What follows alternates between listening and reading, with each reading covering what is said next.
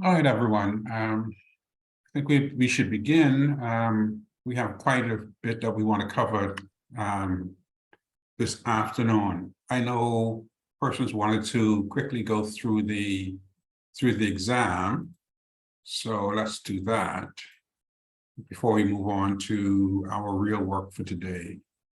Let's see. Let's see, screen share, where's the exam?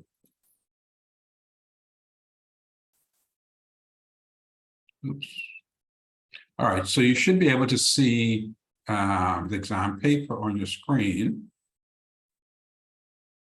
And I'll go through very quickly. You stop me whenever you have a query or something that you disagree with and you want further clarification. All right. The study of choices made by consumers, firms, and the government, and how these choices affect the market for a particular good or service is called microeconomics. Whenever we're talking about the markets, we're talking about microeconomics. Macro is the economy as a whole. Micro is individual markets. Question 2, the study of choices made by people who are faced with scarcity.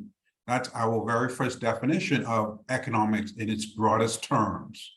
It's the study of choices made by people, individual firms, and the government when faced with scarcity. So that would be B. Question 3, economists who study the economy when it operates at or near full employment. These are classical economists. All right, they look at the economy that operates at or near full employment, and they always believe that we will return to full employment eventually. They are the long-run economists as opposed to the Keynesian economists, who are the short-run economists.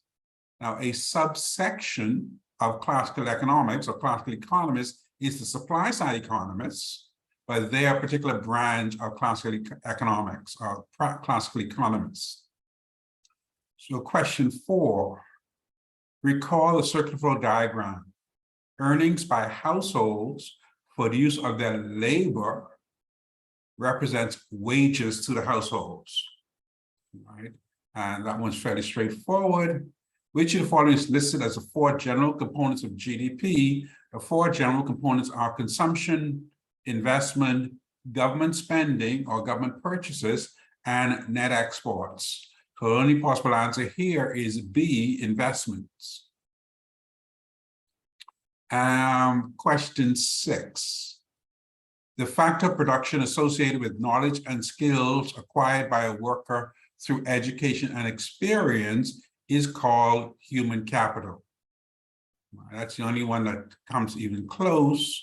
Sometimes people confuse human capital with labor, but yes, this is human capital. Question 7, I do have a job, but it's only part-time and I really need to be working full-time. I have bills. Clearly, you are underemployed. You're not structurally unemployed, you're not cyclically unemployed, you're not discouraged, you actually have a job, you are underemployed. The 3 fundamental questions, the 3 fundamental questions of economics include what to produce, right? When, why, and where are not questions that are included in the 3 fundamental questions of economics. Question 9, factors affect demand. Price of exports, no. Number of producers, no. Technology, no. Taxes and subsidies, no. All of those affect supply. None of the items listed here would affect the demand for a good or service. Question 10, the economic principle that indicates if one input increases while the other inputs are held constant, then output will eventually increase, but at a decreasing rate, is the principle of diminishing returns. All right. Again, this one is fairly straightforward. 11, a number of persons fell down on this question. I think this is the first one that saw widespread difficulties. A change in the price level is associated with a movement along the demand curve or a movement along the supply curve and is referred to as a change in quantity demanded or a change in quantity supplied. All right, this one is straight in your notes, though if you spend too much time looking this up in your notes, because it's rather obscure, you lose more time than you really could afford to on this one question. But the answer is D, a change in quantity supplied. A change in quantity demanded would also be correct, but that's not listed here.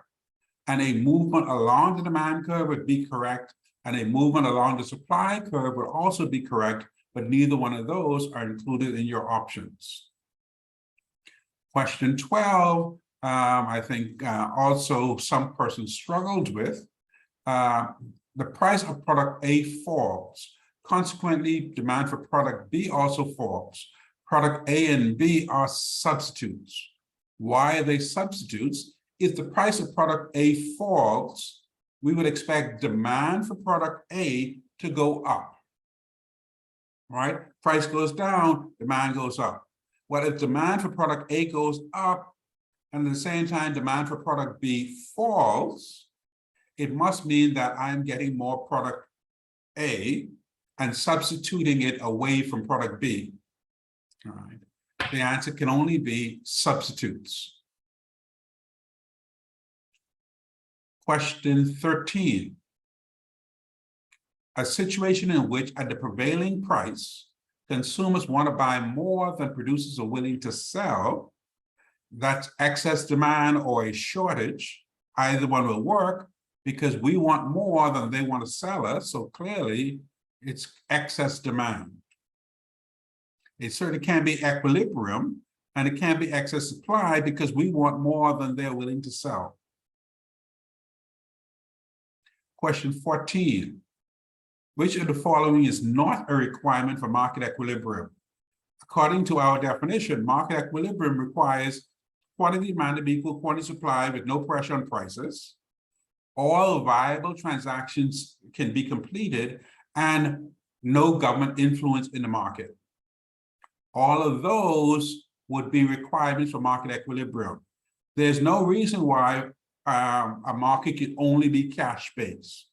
We know this because we use our debit cards, credit cards, and everything else to make purchases in the market. So cash is not a requirement for market equilibrium. So the answer would be A. Question 15, again, straight in this one, straight out of our notes, to obtain gross national product from GDP, we must add net income earned abroad. So it's GNP is GDP plus net income earned abroad. So the answer here is D. Although I did see a number of C's, I'm not quite sure why, but I suspect people were thinking of going in the opposite direction, getting GDP from GNP, but we're saying to obtain GNP from GDP. Question 16. Again, this one, I am not certain what persons were struggling with. National income is all about money coming in. Corporate profits, interest income, wages and benefits, investment income, all money coming in. Now, if D was investment all by itself, perhaps, but this is investment income, whether that's profit or interest, that certainly would fall under national income. So the answer would be E, none of the above. All of those would be included in one degree or another. Question 17. A grant from the IMF to help the Bahamas recover from the current pandemic is likely to place our economy outside the PPC because it's money that's coming from outside of our economy, money we wouldn't ordinarily have had. So clearly this is adding to what we didn't have. All other things being equal, this would place us outside our PPC. Question 18. the ceteris paribus assumption, we hold all else constant, or all other things being equal, either one of those would be acceptable, but nothing else in here is acceptable besides A. So 18 will be A. The ceteris paribus assumption asserts that we hold all else constant. Question 19, a good tax system. We had talked about the qualities of what we think may be included in a good tax system. And we said, yes, there's what we call the benefit tax approach. Those who receive the most benefit should pay the higher taxes. We said people in similar circumstances should pay similar taxes. That is, all doctors, all lawyers, etc. People making similar incomes should pay similar taxes. And we say people who are making the most money should pay the most taxes. People with higher income should pay higher taxes. All of those we think may be considered part of a fair tax system. All right, so the answer here would be E, all of the above. Question 20. I am not working because the economy is so bad and I simply gave up and will wait for a better time is our definition of a discouraged worker. All right. Waiting for things to turn around. Question 21. In considering the short-run production function as the basis for policy decision, if we were to increase immigration, that is, we increase labor supply, we know from our first policy diagram, if we increase labor supply, GDP goes up, but the real wage rate falls. GDP goes up, but wages decrease.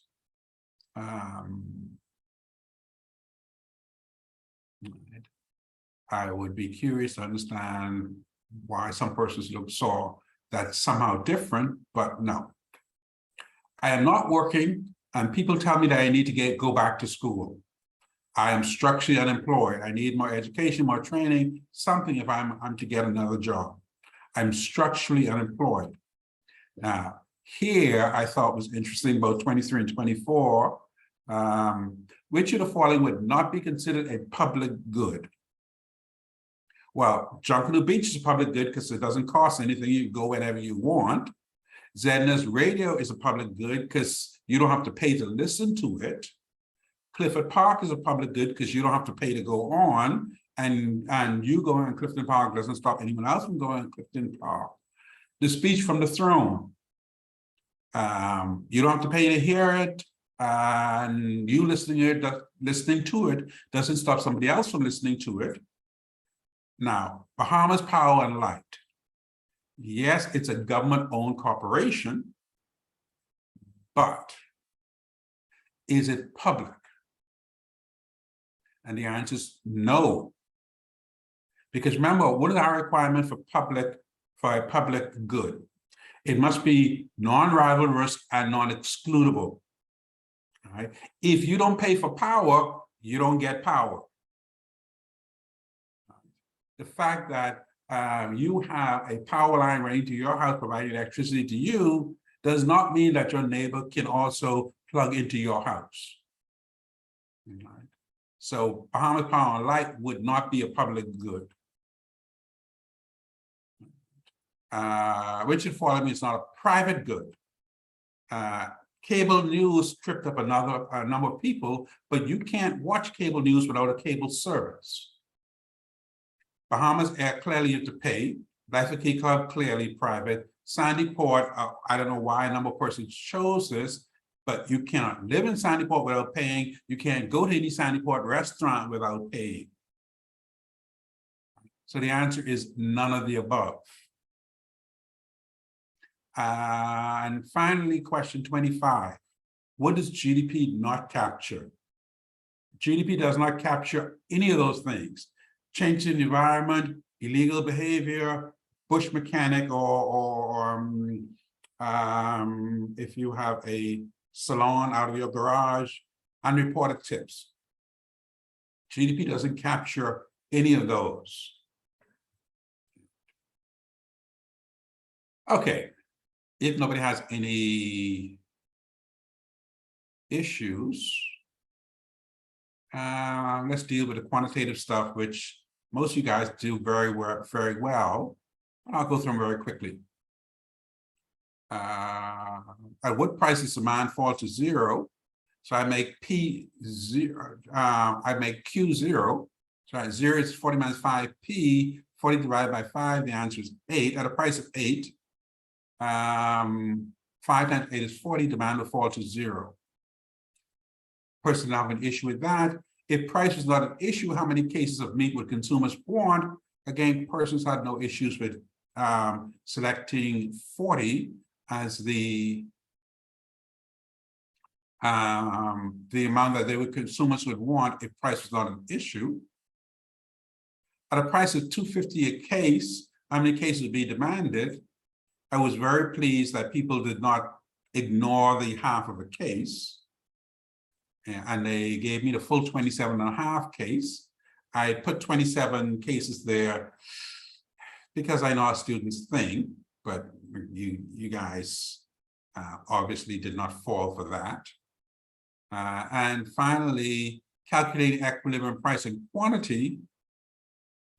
Most people got this right. I saw a number of persons who, well, 2 persons who did not, and I see where they went wrong, and I'm hoping that they saw where they went wrong, which was more of, they understood what they were doing, they just made a mistake that they really ought not to have made in the calculation.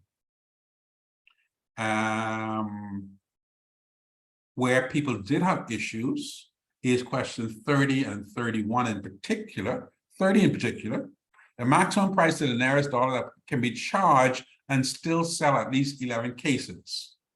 When you plug this in, 11 cases, 11 equals 40 minus 5P, 40 minus 11 is 29, 29 divided by 5 is $5.80, right? What do we always say? You cannot go up. So even though $5.80, $6 is very close, you could not go up to $6. And obviously you couldn't go to 7 and 8. But nothing stops you from going down. But some reason, yes. I have a question with this one. That's my challenge. Didn't you show in the exhibit how you could test your answer by, because you said at least 11. Can you show us how this $2, when you refer back to the testing, how is this going to give me 11 minimum? No. Okay, let's plug in the $2. If P is 2, 5 times 2 is 10, 40 minus 10 is 30. At a price of $2, you would sell 30 units. Would you agree? Okay. Assuming my math is correct. Go ahead. What does the question say? You have to sell at least 11. 11 cases.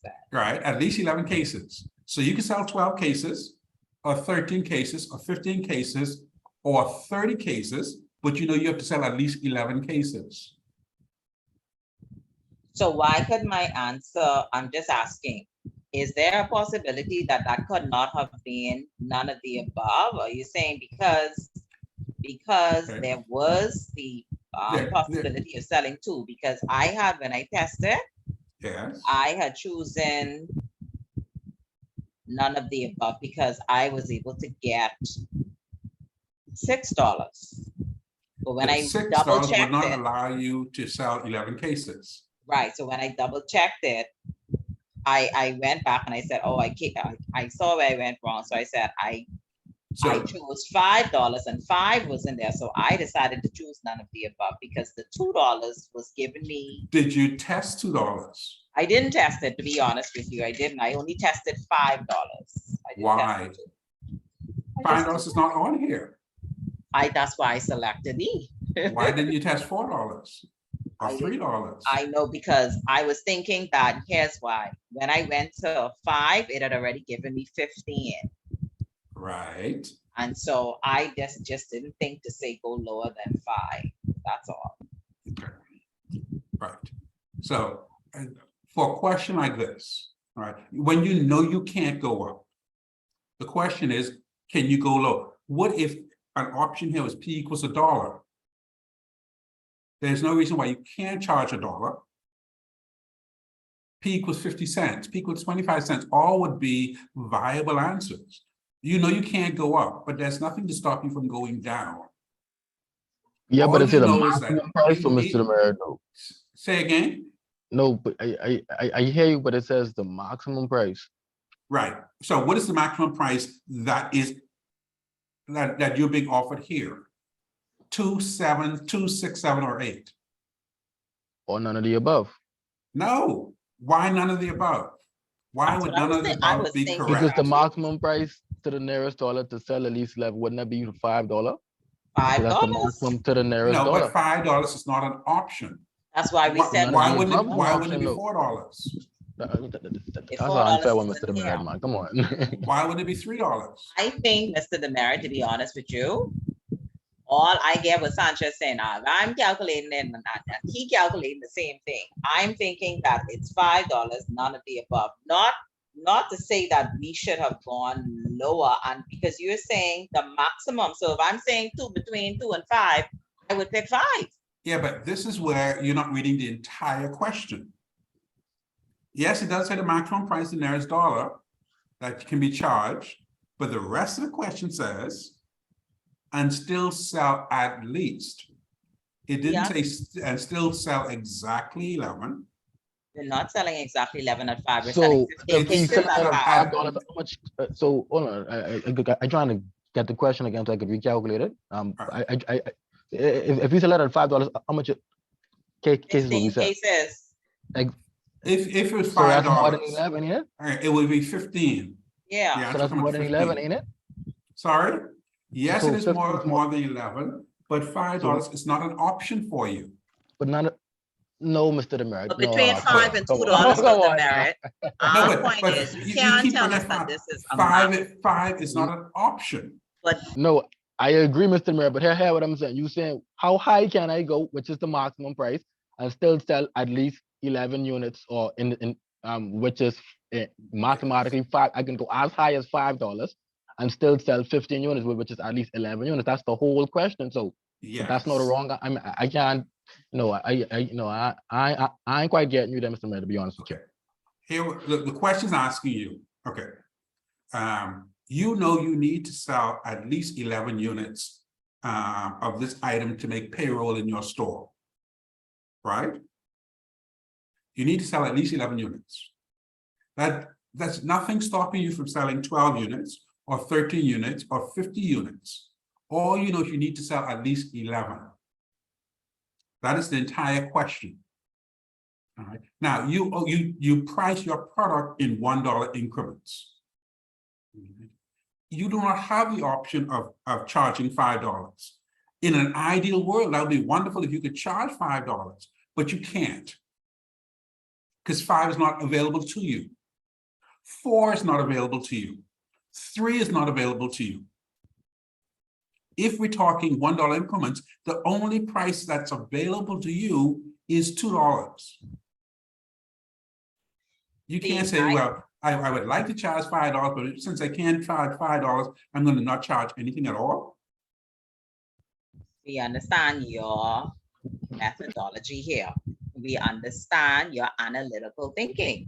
However, we are saying, if you are telling us maximum $2 against 5 is not maximum. But 5 is not available. However, let me flip it now. What is available is none of the above, which is also an option compared to the $2 pricing. That's an option. That's just like you saying if you want either or. Yeah, right? because Or would be none of the above. When you say none of the above, you're saying every other answer is wrong. No. Yes. Well, Not in this. None not of the in above this says question. that none of the other Technically- answers available to me is correct. But by the definition of the question, that is the situation here, because the maximum that I can charge and still sell at least 11 Is units is $5. $5. Dollars. But you cannot If I charge sell- $5. That's the whole point. But you Wha- can charge $2. Would Why $2 can't not charge allow you to $5? charge? Would $2 not allow you to sell at least 11 units? Yeah, but That is $5 correct. could do the same thing. The Why only we difference keep is talking about 5? what I'm 5 saying. is though, not Mr. here. I understand your point. It's let me can I Yeah, explain that's that? When you do these, if I may say so going forward, if it can help us, and I understand if this happens again, what we should do. However, all I'm saying is if you encourage us to think at a certain like strategic way, you said to us the multiple choice, read carefully. In my thought process, all I'm saying is I understand the option of 2. I agree. I did not factor in this option. However, I had another option available, which is none of the above, because my answer, which was $5, led me to that answer. Now, I understand your view in saying none of the above means that that answer is not correct. I'm not thinking correct. I'm thinking based on my 5 against 2, the maximum is $5. The question is more or less misleading to your options. If none of the above was here, then I would have picked maybe $2 then you're giving us none of the above. This to me is a trick question because yeah, you telling me got to it. give you maximum and 2 against 5. I guess we're just thinking wrong. No, Krista, I understand gotta you. stand by my word on this. I But simply disagree. Because the understand maximum you, but this year I think you trick us on this one because you know that we were going. How many, if I may say so, how many of us got this wrong? Let's look at it. You can tell that we were Everyone. all thinking alike. Yes. So that means your question and the way you word your question had It's flawed. it was more or less intentional. It's flawed. One of the very first thinking things that way. I told you guys before you even started taking this is that you have to read the questions carefully. We did. That's why that's why we chose a critical thinking skill, none of the above. So, Mr. Mayor, hold on. So let me ask, if somebody was to ask you to calculate it with none of the answer there, what answer would you come up with? Sorry? If you were asked to calculate the same question with none of those answers there, it was just like a straight up question, you would calculate $5, correct? Correct. You But- wouldn't even go to 2 because 5 would stop you to the 15. The problem is that you have 2 as an option. But 2 isn't And the answer because it's not the you maximum have, price though. as long as you have 2 as an option, none of the above cannot be correct. As long as you, if say it wasn't a 2, there was a 9, then definitely it'll be none of the above. Right. Mr. Merritt, you know what you was doing. And Yes, I knew exactly what I was exactly doing. what you I were was doing. asking you guys to think. And we were But thinking, I'm Mr. Mayor, saying, come on, that's an on behalf unfair of question. myself though. and colleagues, we were all thinking the same way. That's That's an unfair evident based on the question. results. And so because you Unfair. knew what we were going to, I even changed it So- because of that. Let me help you out. Something like this is definitely going to show up on your final exam because you did poorly on this question in your midterm.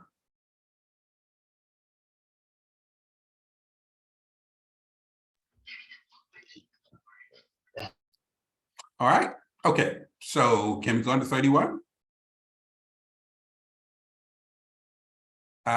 What is the maximum number of whole cases that can be sold, assuming the price cannot fall below 150?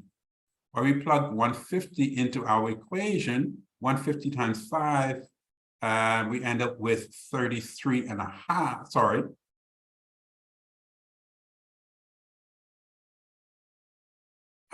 Did I do something wrong? Why are we saying 5? What are you talking about? We're question 31. We're finished with 30. Oh. No. What are we using 5 for? I'm sorry, where are we? 31? Yes. What is the maximum number of whole Okay, cases that okay. can be sold, assuming that the price cannot fall below $1.50? So it's 5 times $1.50. That's my calculator. All right, so 5 times 1.5 is 2.5. 40 minus 2.5 is 37.5. What did I do wrong? You didn't give us that option. No, hang on. No, I think I'm calculating 5 times $1.50. 5 times 1.5 equals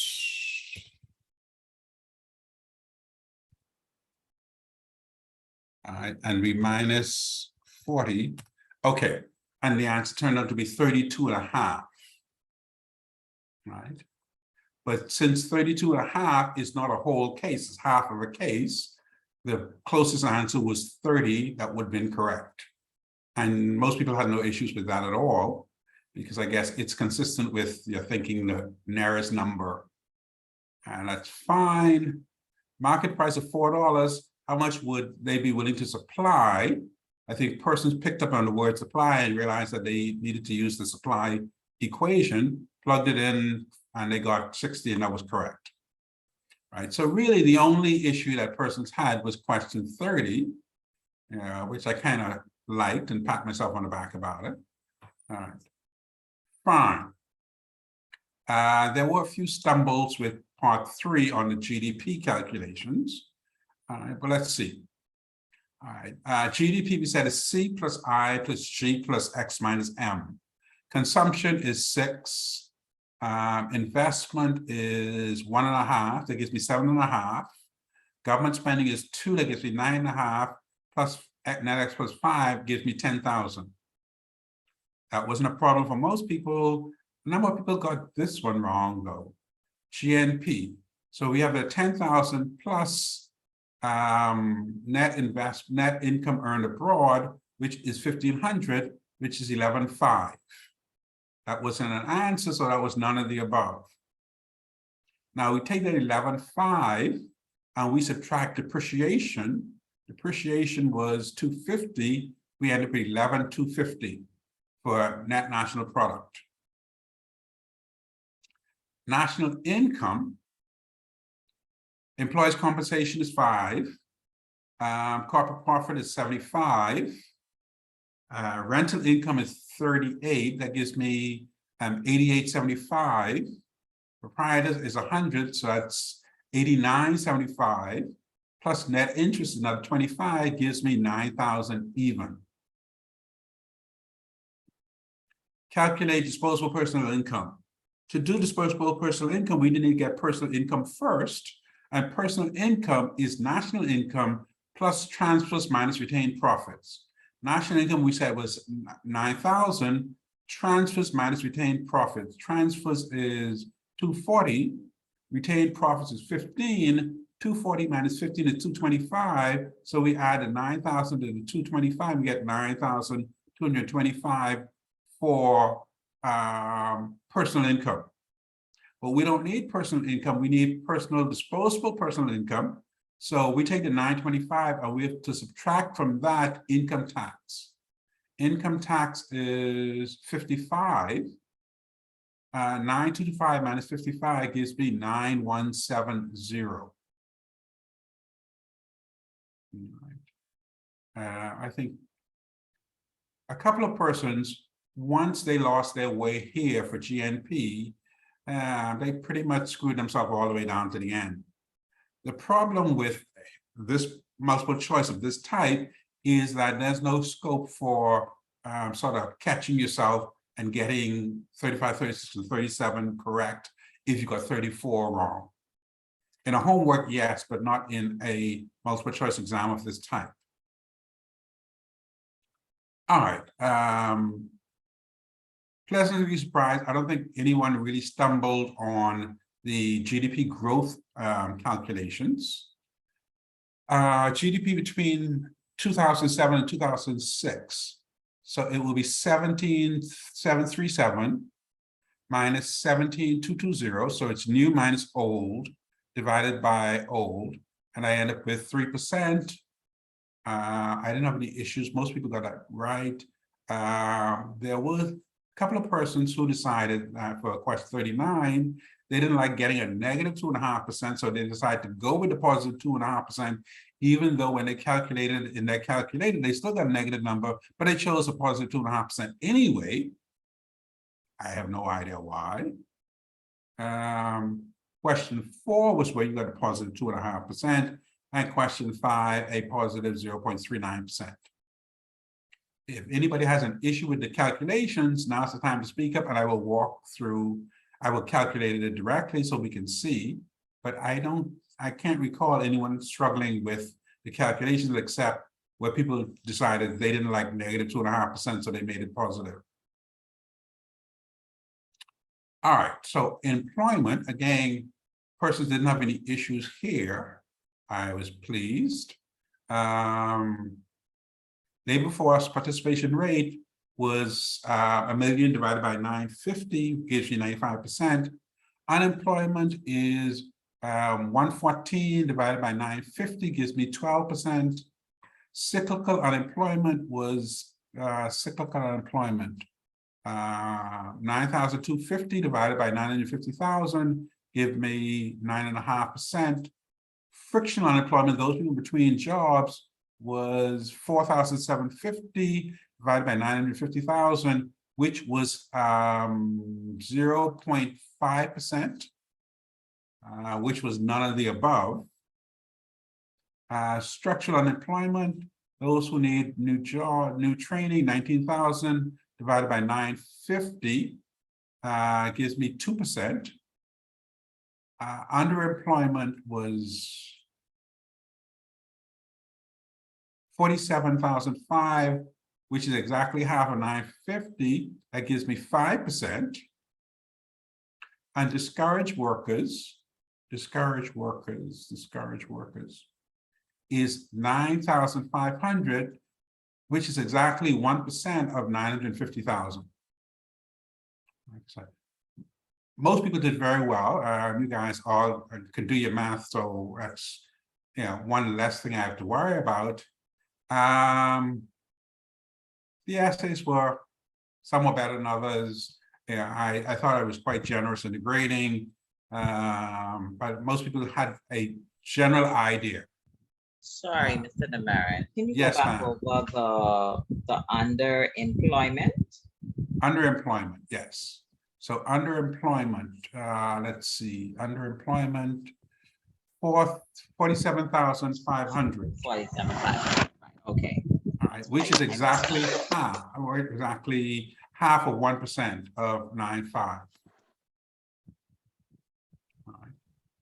Okay, any other questions? Good. All right, so we move on from there.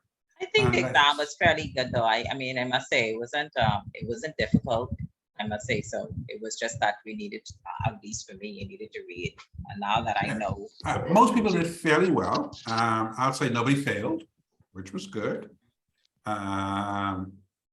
So assuming persons do similarly for the finals, most people have fairly good homework grades currently. We do have at least two more homeworks. One I will give you on Wednesday. Speaking of which, I would very much like, with your approval, to have the Wednesday class on Thursday.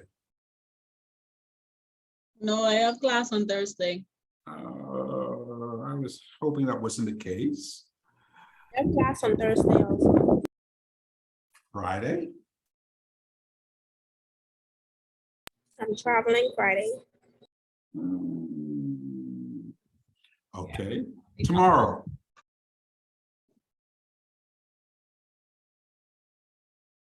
I don't hear any no's. Tomorrow.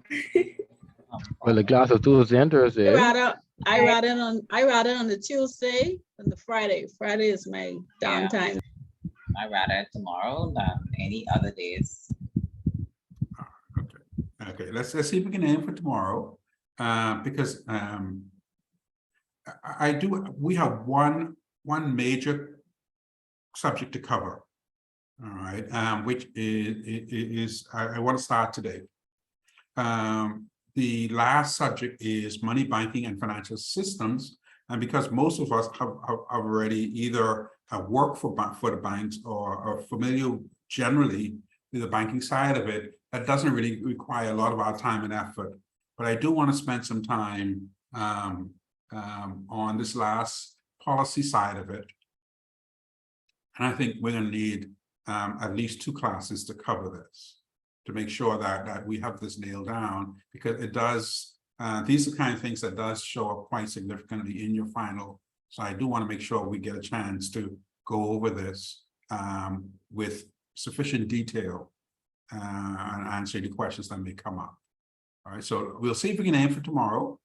I will understand if you're not in a position to make it, but try if you can, please. All right. Okay. Let's see if we can get into where we are today.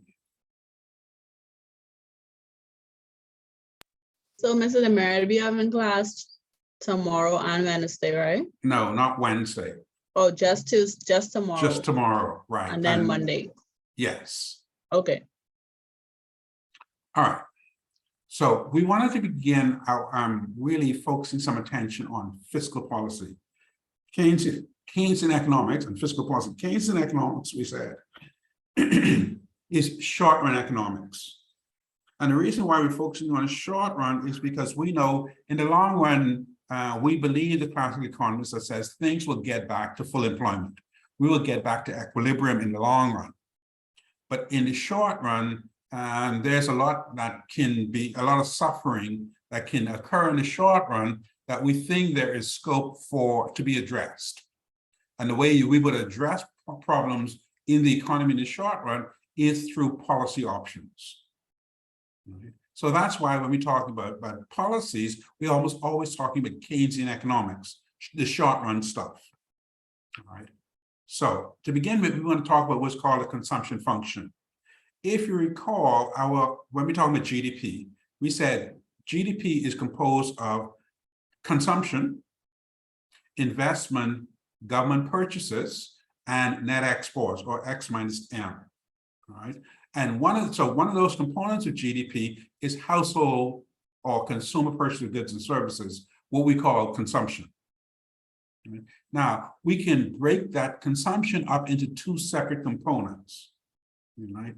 And we're saying consumption depends on 2 things. It depends on how much money you're making, and then what you're going to do with that money.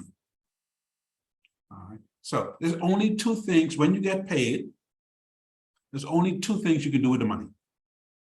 All right. You can either spend it or you can save it. That's it. Now, if you are investing, purchasing shares or whatever, that's still a form of savings. Right. So you can spend it or you can save it. So when we break down the consumption function, we're breaking down into those 2 components. The first C, lowercase a, is what we call autonomous consumption. All right. CA represents autonomous consumption. Y is our income. All right, that's the amount of money we make. And B is the proportion of that money that we blow, we consume. All right. Okay. Autonomous consumption is money that you have to spend. All right. So when you get paid your salary, you got bills. All right. You got electricity, water, telephone, cable, you got bills.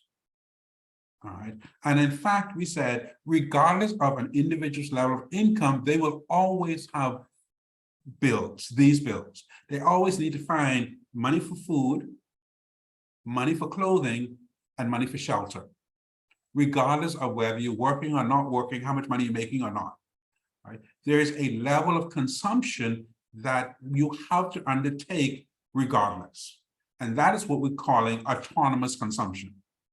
Right? We can call it bills, but really it is money that you have to spend on food, clothing, and shelter. Right?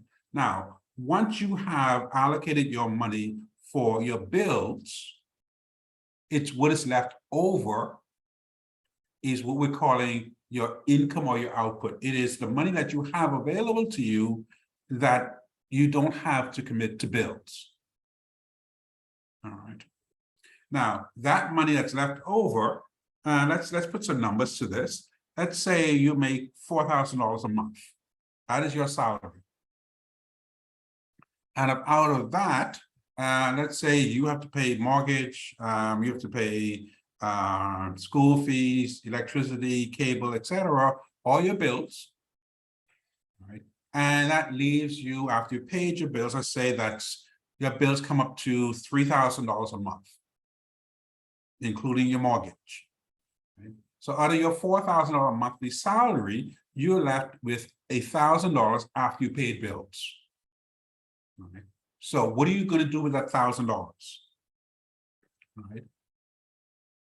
Ideally, you want to put some of that in the bank as savings, or most of it in the bank as savings, and the rest you are going to spend on you, or your kids, or going out, or your boyfriend, husband, whatever. You're blowing it. All right. So out of the $1,000 that's left after you paid bills, part of that you're going to save, and part of that you're going to spend. All right, or consume. The B represents the part that you're going to consume. All right.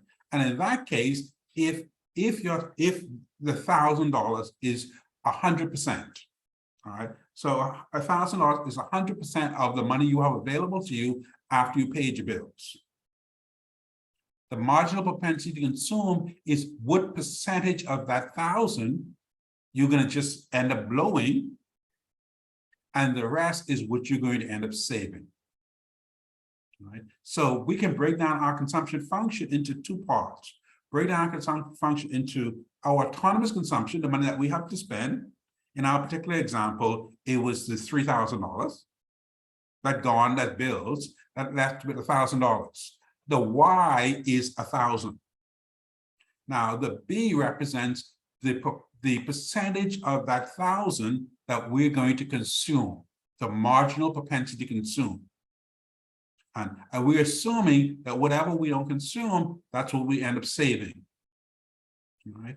So if out of the 1,000, we said, all right, 75% of that we're going to end up spending or consuming, that must mean 25% we're going to save. Does that make sense? All right. That way, that adds up to the whole 100%, which is the 1,000.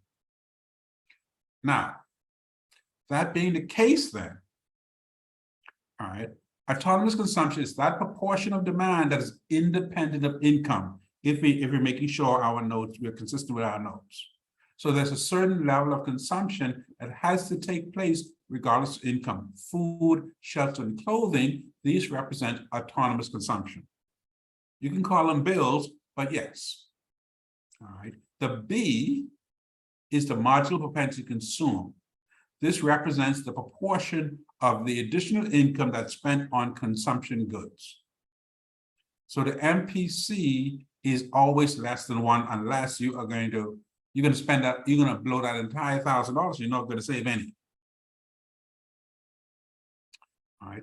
On the other hand, if MPC, marginal propensity to consume, is the percentage of that $1,000 that you're going to blow, then marginal propensity to save is the proportion of that $1,000 that you're going to end up putting in the bank as a savings, or however you're saving it.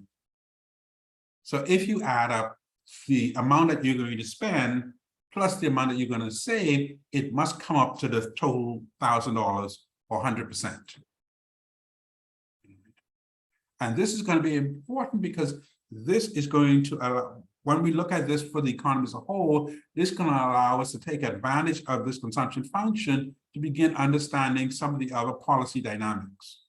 But right now, we want to make sure we understand that what we're interested in is the marginal propensity to consume. That is the proportion of the money that Bahamians have after they pay their bills. How much of that, what proportion of that they're going to consume, as opposed to what proportion of that they're going to save.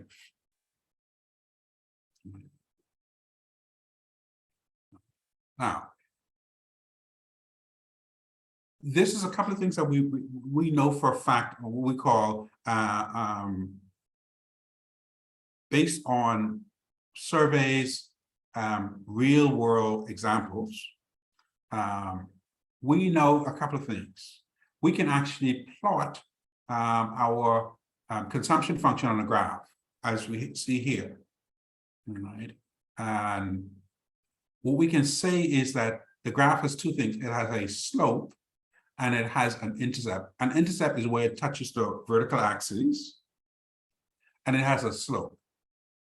We're not going to focus our attention on, because we're much more interested in the policy as opposed to the fun math that's involved here. But what we're saying is that, let's go back to our example of $4,000 we make every month. $3,000 goes to pay bills, and $1,000 is what is left over. Some of it you save, some of it you spend. All right. The marginal propensity to consume, your MPC, is the proportion of that $1,000 that you spend, and the marginal propensity to save is the proportion of that $1,000 that you save. So, and we now graph this. What we found is that if in fact now you get an increase in your salary, right?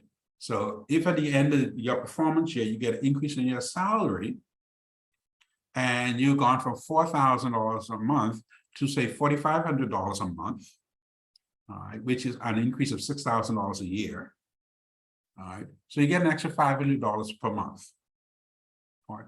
What we expect to happen is that after you paid your bills, the amount, the proportion that you save versus the proportion that you consume will remain the same. If you used to save 10% and spend 90%, when you get a salary increase, that's not likely to change. You're still going to save 10% of the salary increase and spend 90% of the salary increase. So the proportion, the marginal propensity to consume versus marginal propensity to save, the proportions will remain the same even if you get a salary increase. Right? So what that means is that the slope of this curve will remain unchanged. Right? The slope is determined by the B, all right, the marginal propensity to consume. On the other hand, if you were to get a lump sum payment, all right, you know, and sometimes, especially if you're working in a unionized environment, sometimes your union will negotiate with the employer that once we sign this contract, part of this contract is you give all of our membership a little lump sum payment. What we found is that when persons get a lump sum payment, that almost always that entire lump sum payment is consumed. Very little of any of that tends to be saved. Right? That's human nature, at least from an economic perspective. When we look at what we at the actual data, that's what we see. But we don't get into the argument of why people do it like that. Why you would think they would put that money in the bank and save that. You know, that's for social scientists to converse and discover and analyze and ruminate that. For economists, we just know what we see. And we see if somebody gets an increase in their salary, the proportion of how much they consume versus how much they save tends to remain relatively the same. But if they get a lump sum payment, that proportion is very different. They almost always end up spending the whole thing. And in fact, what we've seen, which seems contradictory, is that when people get lump sum payment, they end up spending more than the lump sum payment. Okay. So they end up spending the lump sum payment plus some amount that they would have otherwise have saved. Why? I don't know. You know, but that's what the data as quite often tells us. Okay, so how do we use this information? All right. One of the things that we want to focus attention on, at least for the next couple of classes, is called the multiplier. More specifically, it's called the Keynesian multiplier, or the short run multiplier. So the multiplier M, we designated as M, is defined as the ratio in changes in output to changes in spending.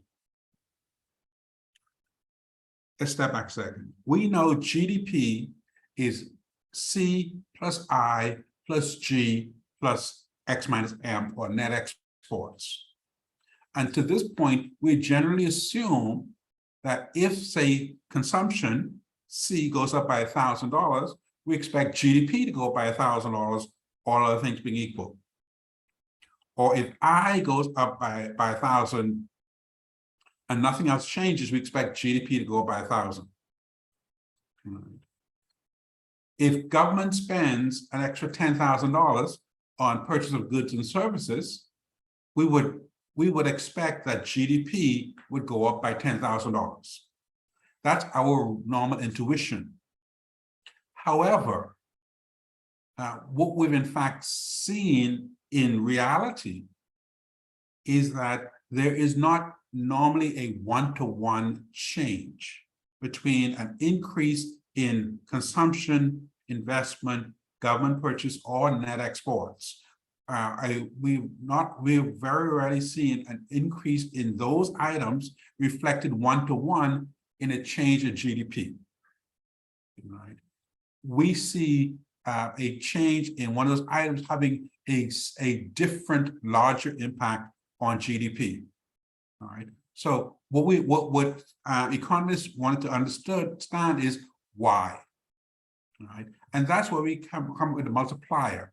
Multiplier measures the degree to which changes in spending, whether that's household spending, business spending, or government spending, it measures the degree to which changes in spending is multiplied into changes in output. In other words, when we increase one of the components of GDP, how much does total GDP change?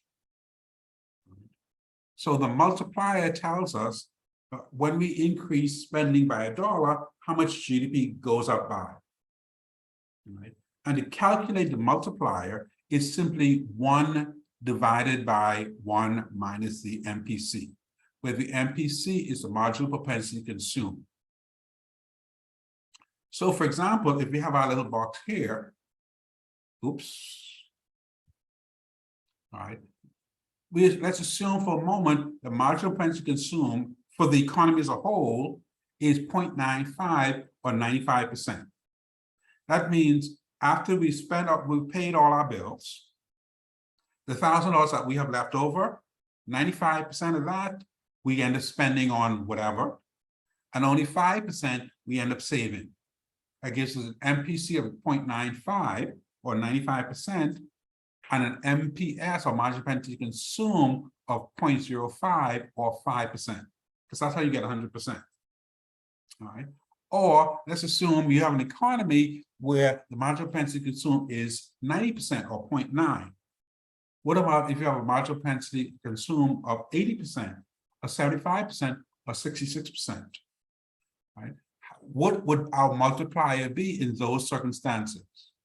So let's start with the first. If we have an MPC of 0.95 or 95%, we say to calculate the multiplier, it's 1 divided by 1 minus the marginal propensity to consume, which in this case is 0.95. And as you guys all know from math, and you do your math very well, you always clear the brackets first. Right? The brackets is 1 minus 0.95, which is 0.05. I strongly urge you to always use your calculator, because sometimes these things tend to be counterintuitive. 1 divided by 0.05 is actually 20. If you don't believe me, try it with your calculator. I think very often we see 1 divided by something and we think it's going to be whatever the something is. If you have an MPC of 0.90, all right, to calculate our multiplier is 1 divided by 1 minus MPC. The MPC is 0.90, 1 minus 0.90 is 0.1. Double check with your calculator. 1 divided by 0.1 Please use your calculator. Turns out to be 10. If you have an MPC of 0.80, you multiplier 1 divided by 1 minus MPC. 1 minus 0.80 is 0.2. 1 divided by 0.2 is 5. If you have an MPC of 75, 1 minus 0.75 is 0.25. 1 divided by 0.25 is 4. 0.66, 1 divided by 0.33. If you want to do 4 decimal places, 3333, that's fine. You still got it with 3.033333. And finally, if you have a marginal propensity to consume of 0.5, you have your multiplier is 1 divided by 1 minus MPC. 1 minus 0.5 is 0.5. 1 divided by 0.5 is 2. I cannot urge you strongly enough, use your calculator. Even when you think you know the answer, use your calculator just in case. You do not want at this stage to be giving away points. Right? So that's how we calculate the multiplier. Right? And the multiplier will be different for different economies. Right? It may also be different for different years. But it is argued, certainly in the case of the Bahamas, that our marginal propensity to consume is probably around 0.99. So if you want to work out the multiplier, anybody want to take a stab at it? You have an MPC of 0.99. Multiplier will be 1 divided by 1 minus 0.99. And that gives me what? 0.01. And 1 divided by 0.01. Give you 100. Exactly. So you can see how it looks counterintuitive. 1 divided by 0.01 sounds like it should be a small number, but in fact, it is quite a large number. All right. I think you explained that because I didn't even see the slash. I was already multiplying, but I saw the slash. But you know to clear the brackets first. Yeah. And what is important, I guess, is when you get your brackets, then I would suggest get your answer and then take your number, which is outside of the bracket, then subtract it. Don't equal and then subtract, because I find you may get a different answer. Oh, but I do know if you decide to do 1 divided by 1 and then subtract the 0.95, it's never going to be correct. It's not even going to be close to correct. Yeah, so that's why I realized that I was doing that wrong. So I did it again. I saw it. The question is, why is this so important? Let's say here we're talking about you have a multiplier of 20. Right? This says that if I increase, if I am a policymaker, right, and I increase government spending by $1 million, that's going to translate the multiplier of 0.95. If you have an MPC of 0.95, that gives me a multiplier of 20. That means that $1 million I increase in government spending is going to translate to a $20 million increase in GDP. Right? That's what this is saying. Right? And that's why, from a policy perspective, the multiplier becomes so important. And there are 4 multipliers that we're going to focus our attention on. Because we remember now, we have in our GDP, we have consumption, investment, government spending, and we have net exports, right? But we have a multiplier for consumption, investment, and government spending, and we also have a new multiplier that we haven't mentioned. We will talk about. It's the tax multiplier, which becomes very important for us from a policy perspective when we attempt to adjust the tax rates. But you would notice that the consumption multiplier, the investment multiplier, and the government multiplier all look the same. 1 divided by 1 minus MPC. It's only the tax multiplier that is different. But we can use the multiplier to assess the impact of various fiscal policy initiatives. So, all right, let's walk our way through this. Let's start with the consumption multiplier. And here's a formula that you want to keep in mind. Put it down someplace so you don't lose it. Total change in GDP. All right. The little triangle is called the Greek letter delta, and it just simply means change. So total change in GDP is the M, which is our multiplier, times the change in consumption. So if we want to know how much GDP is going to change, we look at our multiplier, whatever our multiplier works out to be, and our multiplier depends on what the marginal propensity to consume is.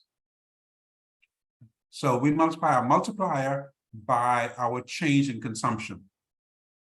Right? So if we assume, for example, that government fiscal policy changes the level of consumption. Now, government has we as policymakers have a myriad of options available to us that can affect the consumption habits of the individuals, households. All right. But let's assume that whatever one of these policies are, that we assume government fiscal policy changes the level of consumption. This level of consumption is multiplied using the consumption multiplier to determine its ultimate impact on GDP. All right. So let's work through an example. All right. So we're using the consumption multiplier, and you see where we put a little lowercase c to denote the fact that this is the consumption multiplier. All right. And the consumption multiplier, we said, is 1 divided by 1 minus MPC. Now, let's assume that you are given an MPC of 0.85.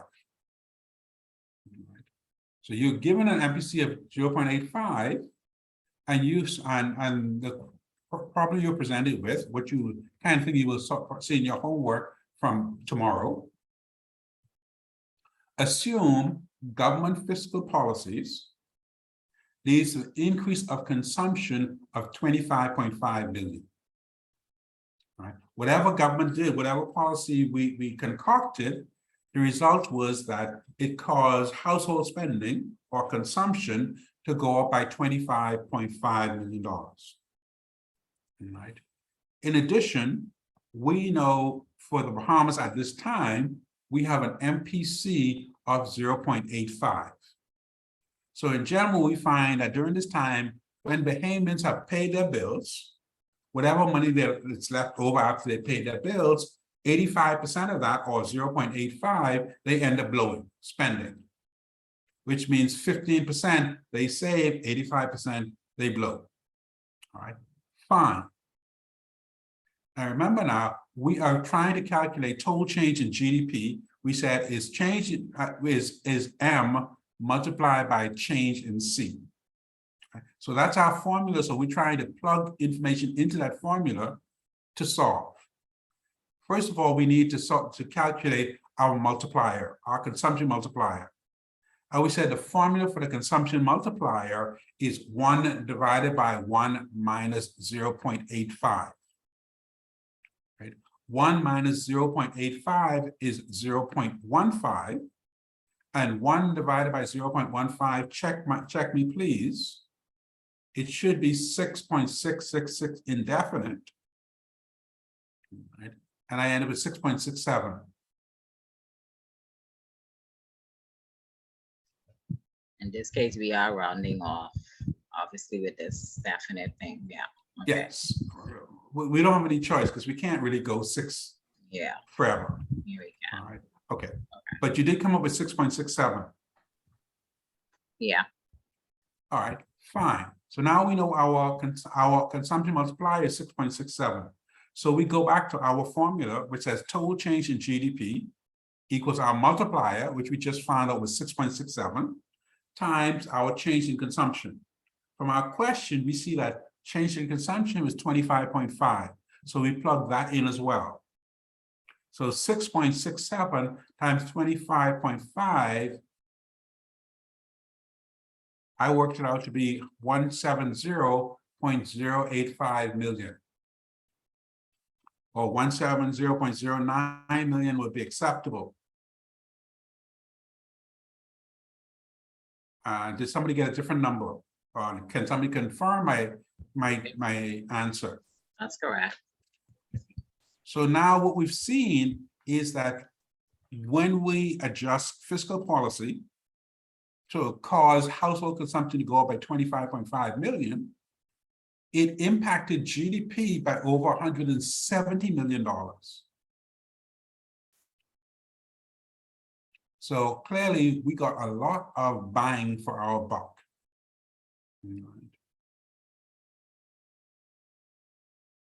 Right. What about the investment multiplier? The exact same thing we did for the consumption multiplier, we did for the investment multiplier. The investment multiplier is calculated the same way, 1 divided by 1 minus MPC. Right? And again, the formula is change in GDP equals the multiplier times change in investment. So if we assume that government fiscal policy changes the level of investment, so government does whatever government did, whatever policy we're recommending, we think that is going to cause investment spending or business spending to go up or to change.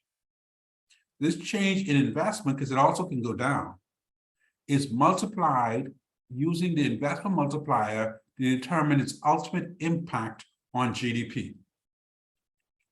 So let's try an example. Here, whatever we did, assume government's fiscal policy leads to an increase in investment of $50 million. All right. So whatever we did, from a policy perspective, the result was that business spending or investment went up by $50 million. Now, if we assume that we know the marginal propensity to consume of our economy is 0.70, which means that after we've paid, behaviors have paid all their bills, whatever's left over, 70% of what's left over, or 0.70, they end up blowing, which means 30% is they save 30. So marginal propensity to consume is 70%. That must mean that marginal propensity to save is 30%. So MPC of 0.70, using an MPC of 0.70, we're able to calculate our multiplier. Our investment multiplier, which is M lowercase I, sorry, not lowercase I, subscript I, right? So it's 1 divided by 1 minus 0.70. Sorry, excuse me, Mr. Demerit. I do Yes. apologize. I feel lost here. Can you do this calculation of both of me, please? What am I doing wrong in my phone? Okay, Why so we're starting off with the big formula, total change in GDP equals the multiplier times change in investment, right? You see that in the black bold. Pardon me? Hello? I'm listening. You said we're going to use larger the GDP. All right, you see in bold, total change in GDP equals M, which is our multiplier, times change in I. Yes, I see that. All right, this here. All right, this is the big formula we're working with. So Right. we're trying to find out now when government changes, makes some policy adjustment. All right, how is that going to affect overall GDP?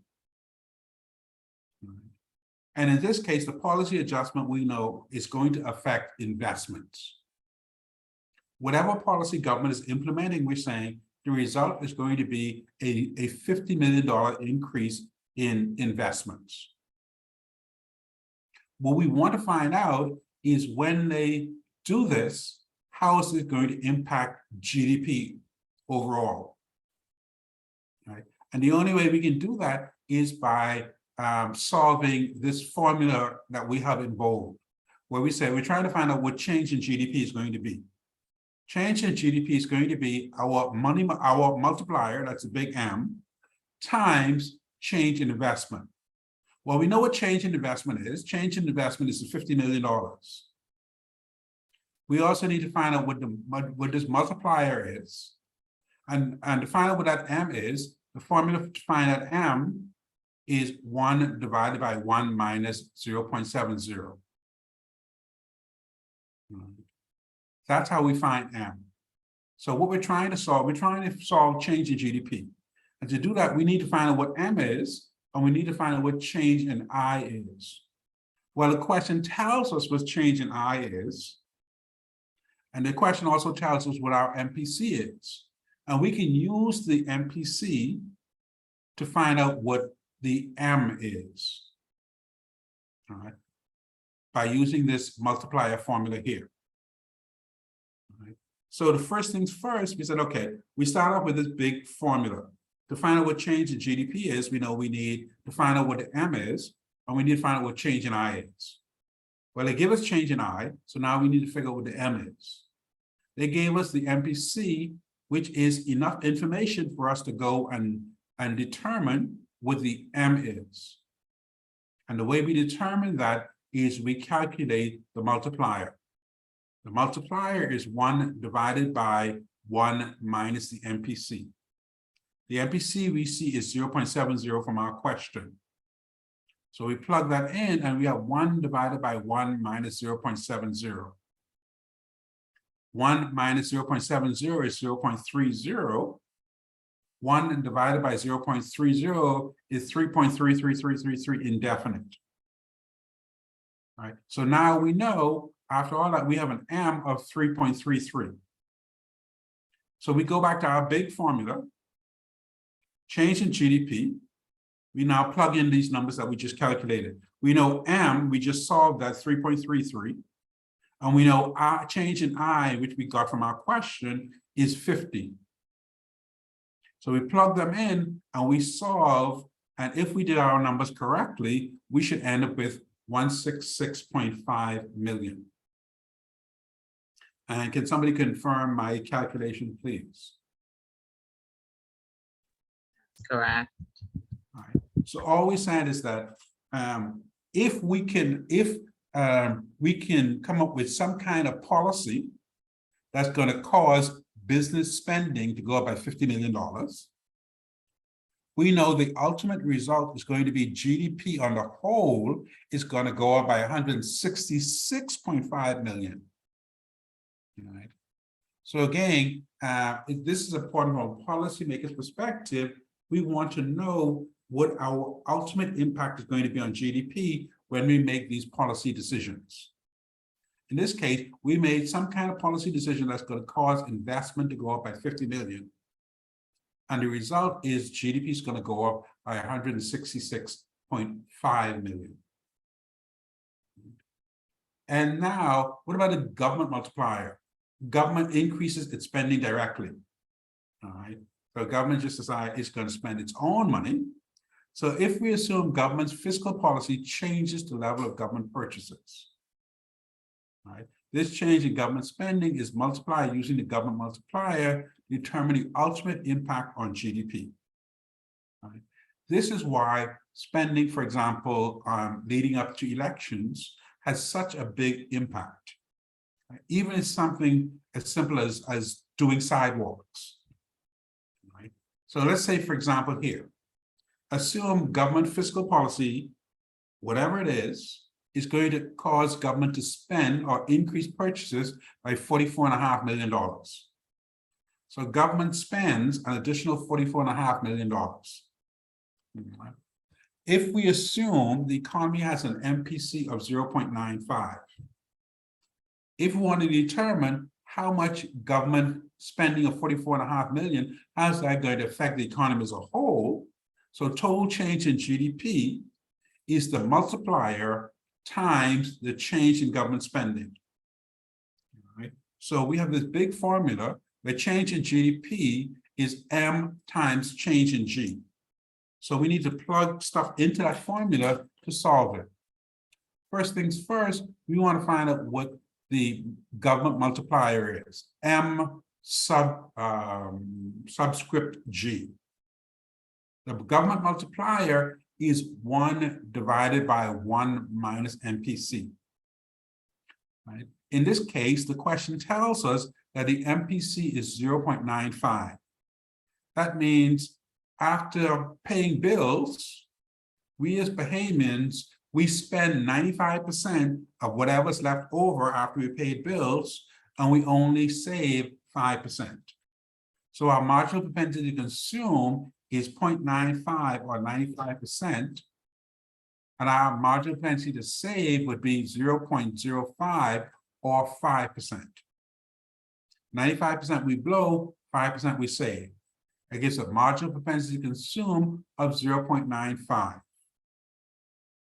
Okay, so let's take that 0.95, that marginal propensity to consume, and plug that into our multiplier formula.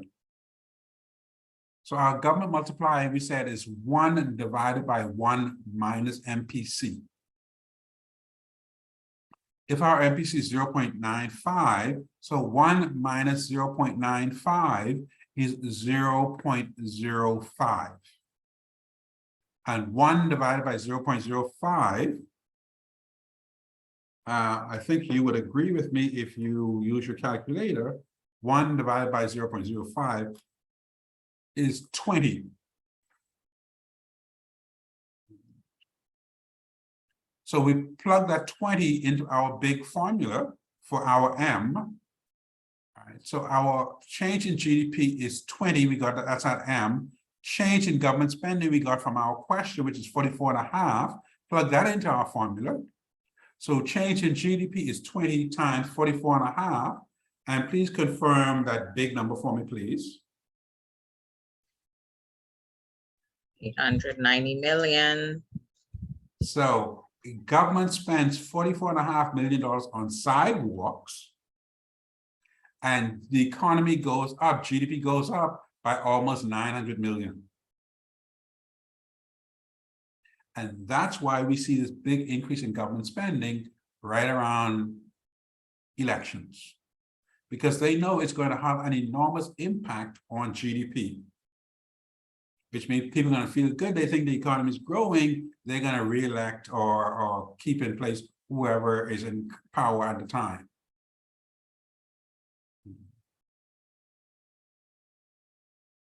Okay, our last multiplier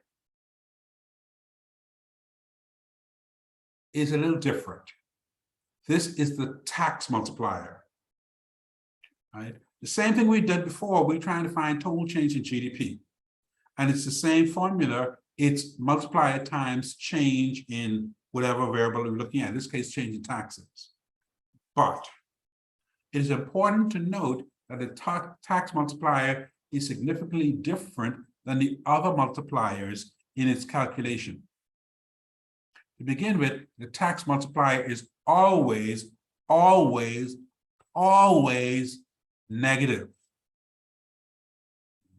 When you work out the multiplier, the M subscript subscript T, which is the tax multiplier, the answer is always going to be negative. Right. This is due to the fact that we expect changes in the level of taxes are negatively related to changes in the level of GDP. Think about it. This makes sense. You would expect as taxes go up, so as government taxes us more, taking more money out of our pockets, out of the pockets of businesses, clearly there's less money to spend, then that must mean that we buy less goods and services, GDP goes down. All right, so as taxes go up, we expect GDP to go down. On the other hand, if we get a tax break, so the government is taking less out of our pockets, or in fact giving us a tax rebate, adding more money back into our pockets, We have more money to spend. We spend more money on goods and services. GDP goes up. Right? So taxes and GDP go in the opposite direction. If taxes go up, GDP goes down. If taxes go down, GDP goes up. Right? So let's work through an example.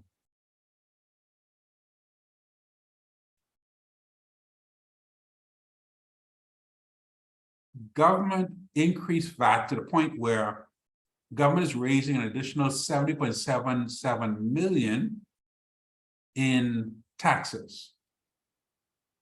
All right. So they tax us an equivalent of $70.77 million. Taxes went up. If we assume an MPC of 0.80, how does that change in government policy affect overall GDP? Our big formula remains the same. Change in GDP is the multiplier times the change in taxes. So we need, first of all, to calculate M subscript T, which is the tax multiplier. Now, the formula for the tax multiplier is minus MPC divided by 1 minus MPC. All right. Very carefully, it's very different from what ones we had before. It's minus MPC divided by 1 minus MPC.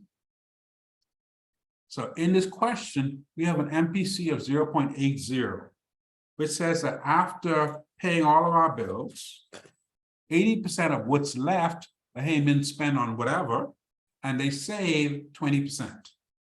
That gives you a marginal propensity of 0.80 or 80%, and a marginal propensity to save is 0.20 or 20%.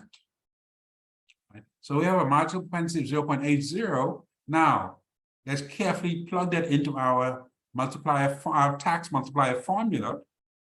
And our tax multiplier formula is minus MPC divided by 1 minus MPC. So it'll be minus 0.80 divided by 1 minus 0.80. So 1 minus 0.80 is 0.20. So we end up with minus 0.80 divided by 0.20. Somebody confirm my answer for me, please. Negative 283.08 million. Please, please, please don't forget your negative signs. A negative divided by a positive gives you a negative. All right, so this negative 0.80 divided by a positive 0.20 gives us a negative 4. Now, let's plug everything into our big formula and see what we get.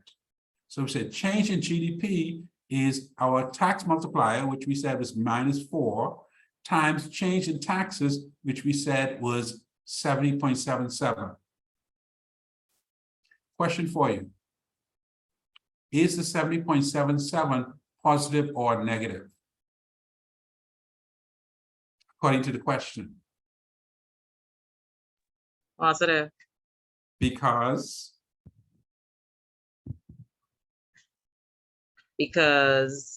what? it says an increase In the taxes, right? Not a decrease.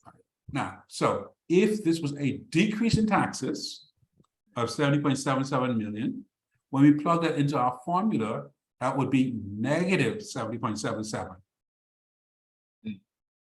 Follow? Mm-hmm. Okay.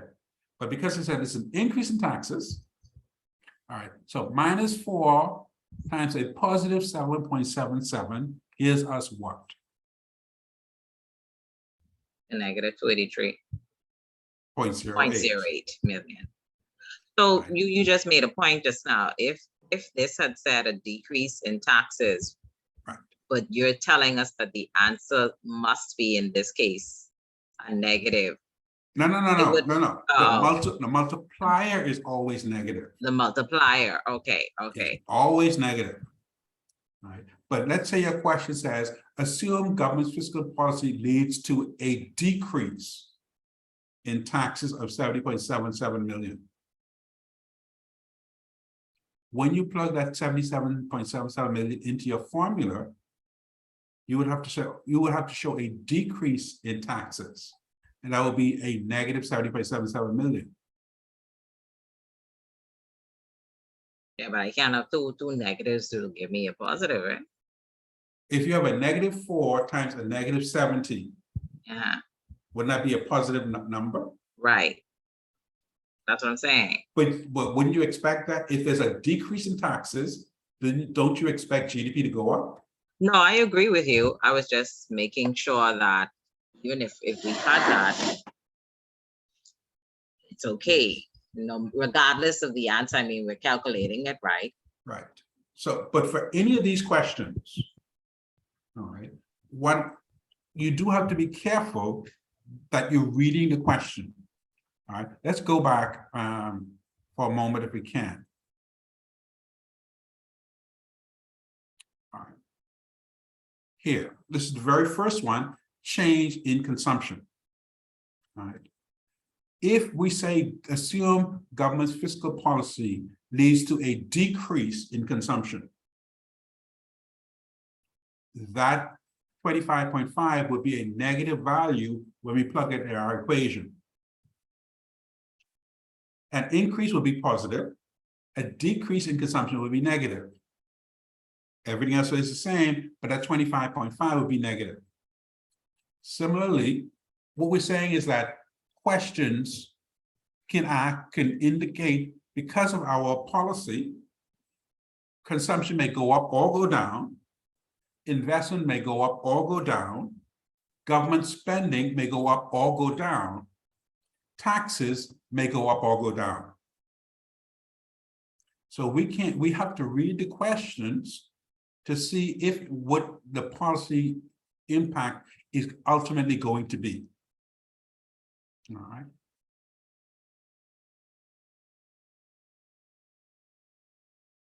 Questions? Okay.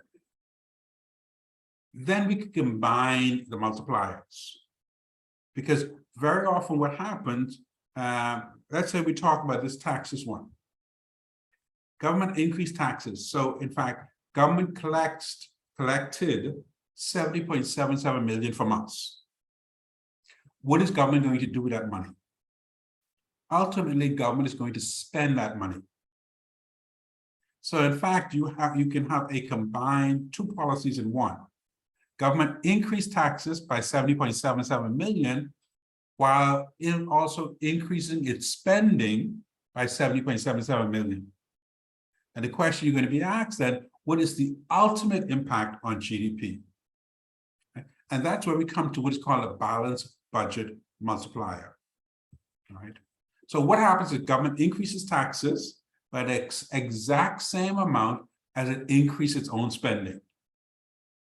So it took money from us and then turned around and spent that exact same amount. All right. The question is, what is its ultimate impact on GDP? So a common fiscal policy, very common, is to increase taxes, which causes consumption and investment to go down, while at the same time increasing government spending by a similar amount. Okay, let's work an example to see what we mean. So let's assume, for example, government increased taxes by $50 million, and at the same time, it increases its spending by $50 million. All right. This occurs when, say, a government is collecting a special tax for a specific purpose. All right. So let's say the government says, all right, I'm going to build a new Linden Pendling Airport. All right. So I need $200 million. So I am going to tax the Miami public by $200 million, and then use that $200 million to build a new airport. All right. So as in essence, they took the money from us and then used that money to build the airport. What we're asking is, does that have any impact on GDP ultimately, and how much? And to do that, we need to do two separate calculations. Okay. So let's start off with what happens when government increases taxes on us by $50 million? We know the tax multiplier is minus MPC divided by 1 minus MPC. In this case, according to the question, the MPC is 0.75. Right. So to find out what our multiplier is, a minus MPC is minus 0.75 divided by 1 minus 0.75, which is 0.25. 0.75 divided by 0.25, a negative divided by a positive, we end up with a negative. And we know that's correct because we know the multiplier, the tax multiplier, is always negative, the tax multiplier. All right, fine. So let's plug that into our equation. I'm sorry, into our big formula. Our big formula is to find out how much GDP is going to change. Change in GDP is the multiplier. In this case, we find it was -3 times the change in taxes. And we said taxes went up, so it's a positive 50. So we end up with GDP going down by negative $150 million. Right? So that's the impact on GDP when government increased taxes by $50 million.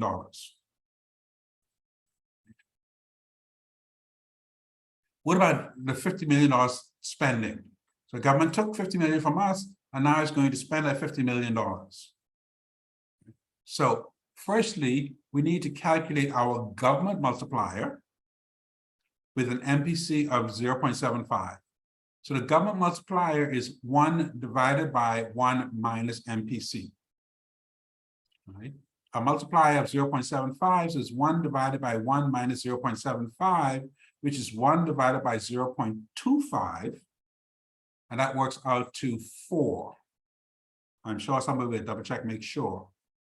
We plug that into our GDP formula, and we see that change in GDP is the multiplier, which is 4, times the same $50 million that they took from us. And we see that the overall impact of the government spending means that GDP went up by 200 million. Right. So now let's combine the two.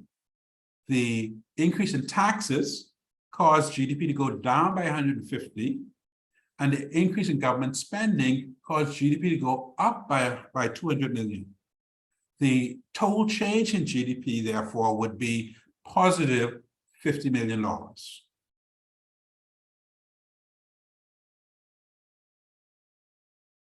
Yes, no, clear, unclear, questions? Did I go too fast? Can you go over that again, please? So remember now, what we're trying to find out is what is the ultimate impact on GDP from combined policies by the government. All right.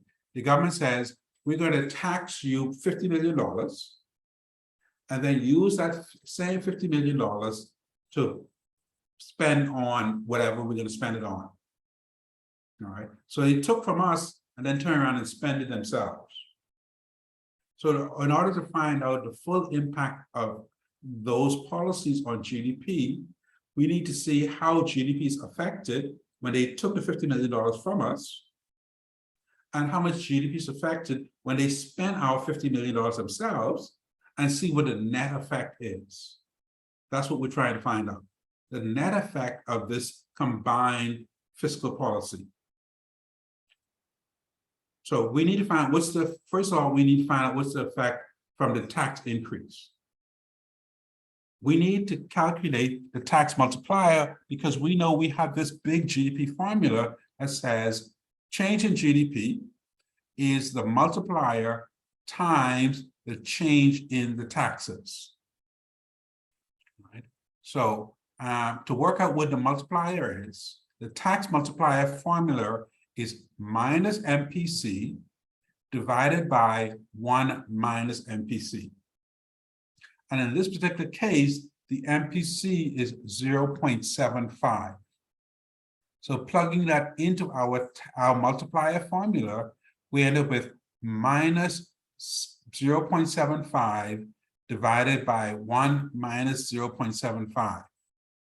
which gives me minus 0.75 divided by 0.25.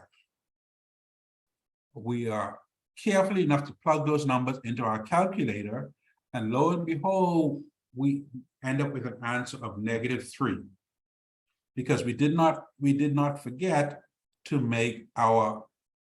plug in the negative value of 0.75. Okay, so now we know we have a tax multiplier of -3. So we plug that -3 into our GDP formula. So for our GDP formula, we now have the -3 that we just calculated times the $50 million that we got from the question. And we see that the answer -3 times a +50 gives me a -150 million. That tells us that GDP went down by $150 million. The negative sign says that GDP went down. So when government increased taxes by $50 million, the initial effect is that GDP fell by $150 million. Right? Fine. So let's put that aside for the moment. And now let's see the impact on GDP when government took our $50 million and then spend it on whatever they spend the $50 million on. To do that, we need to calculate the government multiplier, M subscript G. The government multiplier is 1 divided by 1 minus MPC. Right? So MPC we see from our question is 0.75. So we end up at 1 divided by 1 minus 0.75. Well, 1 minus 0.75 is 0.25. And 1 divided by 0.25, we plug it into our calculator, and we found that it turns out to be 4. So we take that 4, and we take the multiplier of 4, and we plug that into our GDP formula. Just to remind ourselves, our GDP formula says change in GDP is the multiplier times change in government spending. Well, the multiplier is a +4, which we just worked out. The government spending we got from our question, it turns out to be $50 million. 4 times 50 is 200. So this means that when government took the 50 million from us and spent it themselves, that caused GDP to go up by 200 million. So taking the money from us through higher taxes caused GDP to go down by 150 million. But when they spend it themselves, that caused GDP to go up by 200 million. The net impact on GDP is 200 million minus the 150 million. We end up with a positive increase in GDP of some 50 million. All right. Oops, I lost my space. All right. Okay. You would just, what if, okay, I see the 50 million difference between the 150 to 200, that's the 50 million there. So Yes. I guess what I'm asking, there's no point of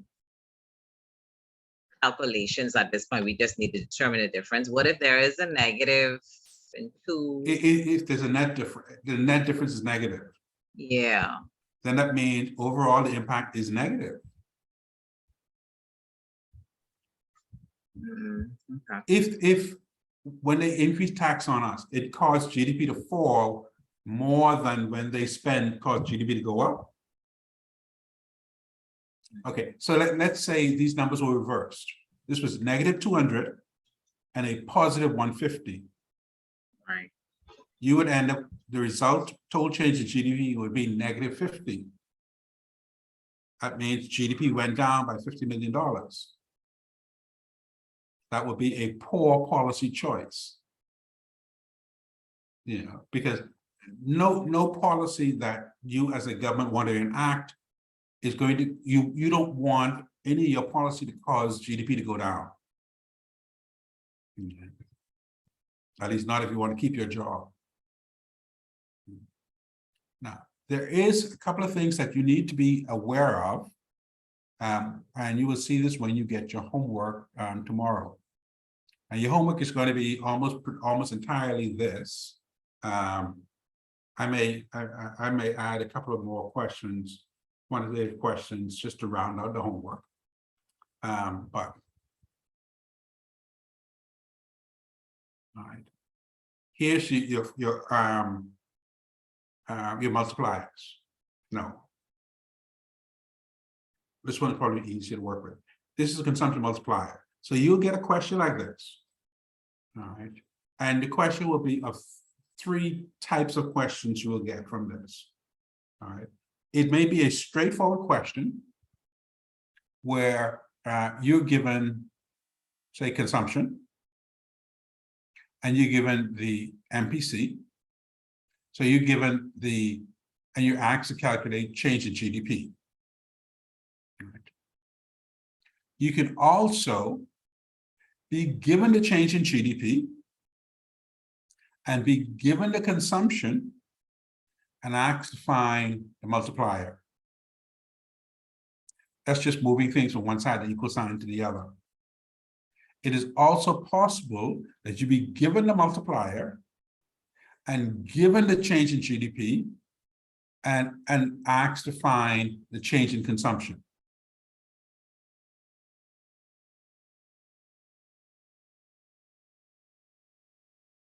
Always saying, here's a formula. Total change in GDP is M times the change in C. So you have your basic formula has 3 unknowns. All right. You don't know what the change in GDP is. You don't know what the multiplier is, and you don't know what the change in the policy issue is. Consumption in this case. 3 unknowns, which means the question has to give you 2 out of the 3 and ask you to solve the 3rd. So I can give you total change, I can give you the multiplier and the change in consumption and ask you to find GDP. I can give you the multiplier and change in GDP and ask you to find change in consumption. Or I can give you the change in GDP and change in consumption and ask you to find the multiplier. But in any case, I would need to give you 2 and ask you to find the 3rd. Does that seem clear? You have any examples? I can come up with an example. All right. Let me duplicate this. Duplicate slide. All right. So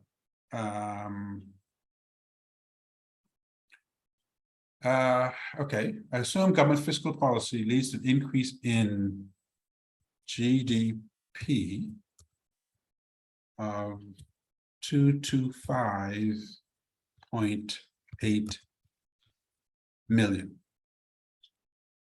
All right.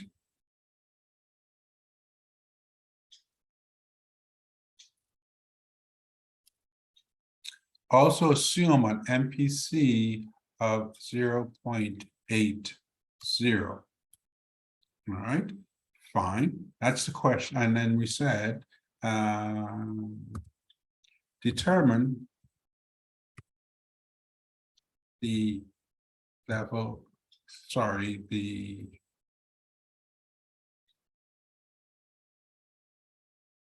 level of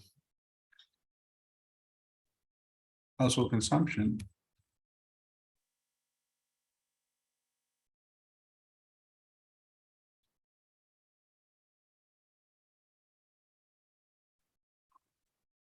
Okay, so the question is, whatever government did, we don't know what government did, but we know whatever they did, it caused GDP to go up by 225 million. We know in our economy, we have an MPC of 0.80. What they're asking us to determine is the level of household consumption consistent with this outcome. All right, that is find insert symbol, find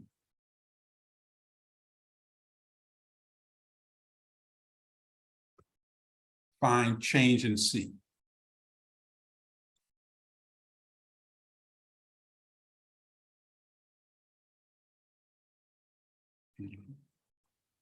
Oops.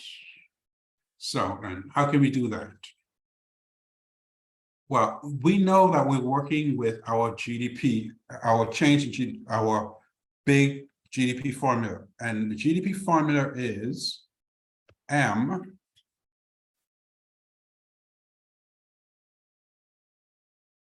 times copy this.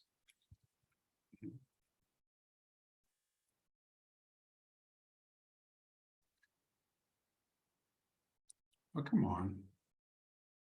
All right. So here we said, assume government fiscal policy leads to an increase in consumption of. No. Sorry, folks, I lost my place. Here.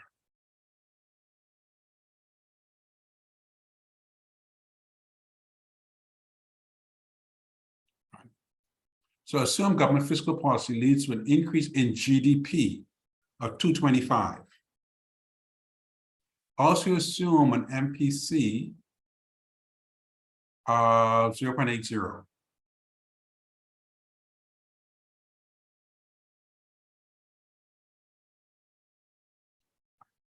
So what do? The first thing we always do, all right, is find our multiplier. So we know the MPC is 0.80. So let's plug that in 0.80. What is 1 minus 0.80?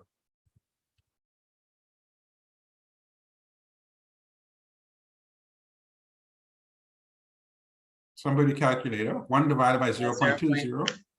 Divide or subtract it. Oh, yeah. Sorry, I thought you was on the other one. 1 divided by 0.20, right? Yeah. 5. Okay. So now we've worked out our consumption multiplier as 5. So here's our GDP formula. Change in GDP is M times change in C. All right. So let me copy that. Now let's plug in what we know and solve for what we don't know. What do we know? Do we know what change in GDP is? Yes. So we know change in GDP from the question is 225.8. So we know that already. All right. Do we know what M is?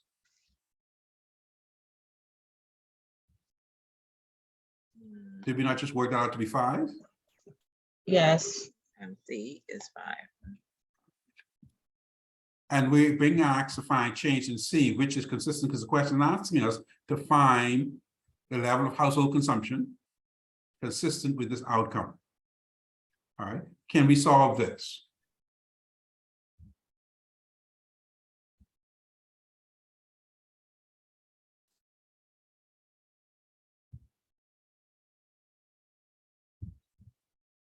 If this is 5 times 1 C, this would have to be 225.8 divided by 5 to give you the 45.6. 16, sorry. And 1 sec. Yeah. Okay. That will give me change in C. Would you agree? All right. All right. So what's 225.8 divided by 5? 45.16. 45.16 equals change in C.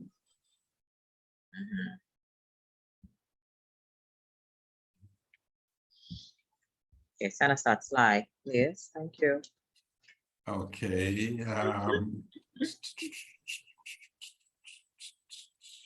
Just put the right email. Copy. Where's my email? New email. Paste. And this is Sorry, folks, you can't see this because I don't want to do all over again. No. Copy that slide into a new presentation. Sorry? You copy the No. slide. Oh, okay. No, I'm just gonna email just that particular cell. Copy. Paste. MACRO. Send. Okay. They should pop up in your emails at some point over the next 2 minutes.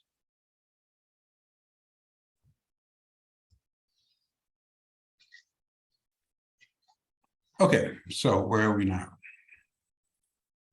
But yeah, so certainly you have 3 unknowns, and you could be asked to find any of the 3. Right. So let's say, for example, you see that GDP, you're told that GDP went up by 1,000 million or $1 billion. GDP went up by $1 billion, and government spending went up by 100 million. What would the multiplier be? Government increased its spending by 100 million, and the result is GDP went up by $1 billion. Any guesses about the multiplier?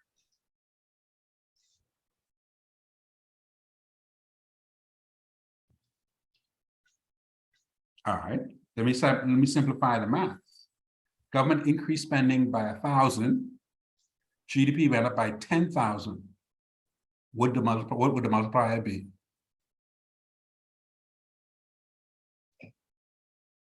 No calculations necessary. Wouldn't the multiplier be 10? Government spend 1,000, GDP goes up by 10,000. Multiplier must be 10. Government increased spending by 1,000, GDP went up by 5,000. Multiplier must be 5. Government increased spending by 1,000, GDP went up by 2,000. Multiplier must be 2. Okay, but I will send you homework and give you a chance to work through it. Well, you have a long time to work through, Meg. I'm sure I'll get questions from persons as they begin to work their way through the homework questions. But I don't think it's as difficult as you may think. It's all new, and that's usually the case.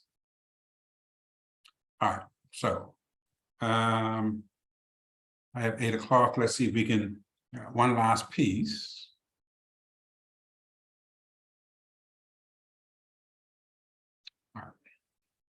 Just a couple of terminologies.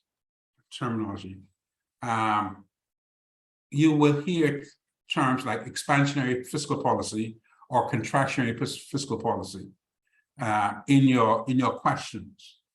Right? An expansionary fiscal policy simply means that a policy that's intended to increase total demand or GDP. And a contractionary fiscal policy is just one intended to reduce demand or GDP. All right. And so what happens very often is, particularly when we're looking at the budget multiplier, we want to see if the ultimate goal is expansionary or contractionary. Whether ultimately, so for this case, the ultimate goal is expansionary because GDP went up by 50 million. But if the end result was GDP went down, then that policy would be considered contractionary.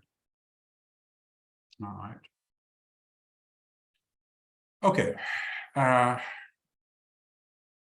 think we'll stop here. I will send you homework at some point tomorrow, so you get a chance to look at it, and any questions you may have, you can bring them to class tomorrow afternoon, ahead of your long stretch before the next class. All right. The next class is where we hit the money banking and the central bank system. which will take the last week.